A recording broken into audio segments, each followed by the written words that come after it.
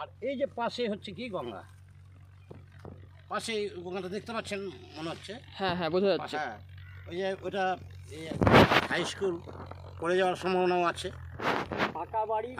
হ্যাঁ, ওটা জিয়ারুদ্দিনটোলা high school. এই গঙ্গা এবং ফুলহারের ডিস্টেন্সটা মানে 1 মাইলে যা হাফ মাইল থেকে একটু বেশি হবে। যদি ভবিষ্যতে এটা মিলে যায় ভূত তো থাকছেই না। এমনকি মালদার শহর ইংলিশ বাজার টিজার এদেরও কিন্তু একটা বিপদের ভয় আছে। আমাদের এখানে তো আমরা প্রতিনিয়তই ভুগছি, প্রতি বছর ভুগছি। মহেন্দ্রটোলা বিলাইমারি তো ভুগতেই আছি আমরা। আচ্ছা, আপনাদের কি সরকারের পক্ষ থেকে, কেন্দ্র এবং রাজ্য সরকারের পক্ষ থেকে কোনো রকম সহযোগিতা কিংবা কোনো রকম কিছু পুনর্বাসন দেওয়া হয়? সহযোগিতা হয়নি। এই যে প্রতি বছর হচ্ছে, ভাঙন হচ্ছে, পুনর্বাসন থেকে শুরু করে কোনো রকমেরই কাজ রাজ্য সরকার কি কেন্দ্রীয় সরকার নজরই দেননি। 2003 সালে যখন বামফ্রন্ট সরকারটা ছিল, এই মাননীয় মন্ত্রী ছিলেন শৈলেন সরকার, সেই সময় ফুলহরের ভাঙনে 5টা গ্রাম ভেঙেছিল। তিনি পুনর্বাসনের জন্য ব্যবস্থা একটা করেছিলেন। কিন্তু বর্তমান সরকারের পক্ষ থেকে কোনো সরকার কোনো কিছু নজরেই দেয় না, কোনো রকমের নাই। হ্যাঁ, বিভিন্ন রকমের কথা বলছেন ওনারা।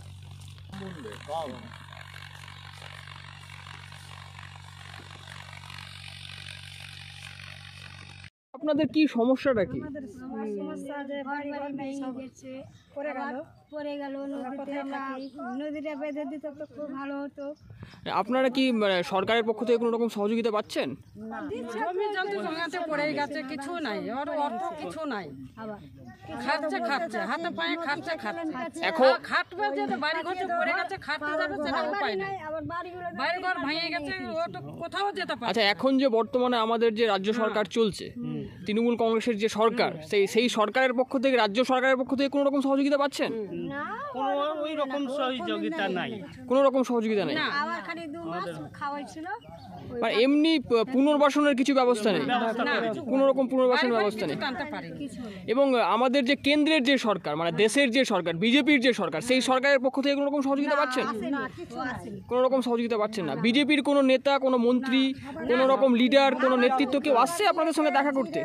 এসেছিল এর আগে এমপি খগেন মুর্মু এসে যে প্রতিশ্রুতি দিয়েছিল সেটা কি পূরণ করেছে? না, পূরণ হয়নি। আর কোনো রকম কোনো প্রতিশ্রুতি ওনারা পূরণ করেননি।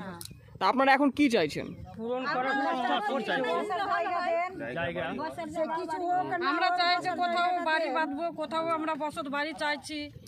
আমাদের কোনো তো অর্থ নাই যে আমরা বাড়ি ঘর করব। মানে এখন যে কথাটা দাঁড়াচ্ছে, মানে আমাদের যে রাজ্য সরকার এবং কেন্দ্রের যে সরকার, মানে তৃণমূল অর্থাৎ বিজেপি, দুই সরকারের পক্ষ থেকে আপনারা কোনো রকম কোনো সহযোগিতা পাচ্ছেন না?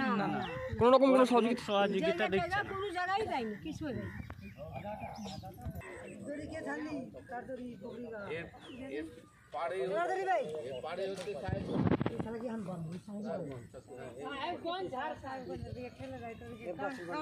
এখানে আমার সব খেত কোলা সব গঙ্গায় খেললে, তারপরে বেকার ভাত্তাও পাচ্ছি না, কিছু পাচ্ছি না, কি করে খাবো?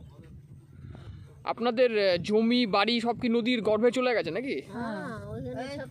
ওই যে জলটা যে মারছে, ওই যে এখানে দেখো, ওইখান থেকে আমার জমিন করতে, মানে ওই জলের মধ্যে আপনাদের জমি ছিল।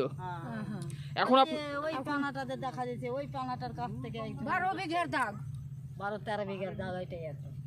এখন আপনাদের কি সমস্যা, মানে এখন আপনাদের কি অবস্থা আছে? এখন কি অবস্থা, তো খাইছে আর কি, সরকার কি আমরা কিছু পাই? ছেলে পুলে একটু বিদেশ যাইছে, তো তো বালু টালু একটু আছে, তো বালু টালু পানি দিয়েছে, জল সব দেখো বালুতে বুনা বানি করছে। আপনাদের সরকারের পক্ষ থেকে কোনো সহযোগিতা পান আপনারা? না, আমরা পাই না সরকারের। না না, মানে তৃণমূলের সরকার আছে আমাদের রাজ্যে, দেশে বিজেপির সরকার আছে, আপনারা কি তৃণমূল বিজেপি কোনো সরকারের কাছে কোনো সহযোগিতা পান? না রে বাবা, কিচ্ছু পাই না, কিছু পাই না। আমরা এখন তিরপাল তালক পাই না, তো কি পাবো? কিচ্ছু পাই না। আবার বন্যা হলো, কিচ্ছু পেয়েছি বন্যা হলো, জল হলো, কাদা বাঁধ কাটলো, এখন তিরপাল কি ভালো কি মন্দ কিছু মিলে।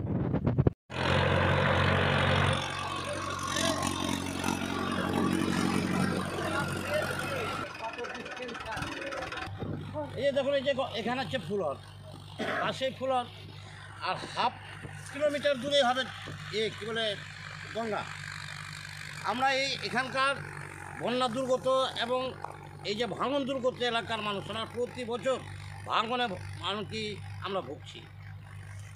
রাজ্য সরকার কি এমনকি কেন্দ্র সরকারও আমাদের কোনো রকমের সাহায্য করছে না। পুনর্বাসন তো দূরেরই কথা, পুনর্বাসন সম্বন্ধে কোনো কথাই বলছেন না, কোনো রকমের সাহায্য সহযোগিতা করছেন না।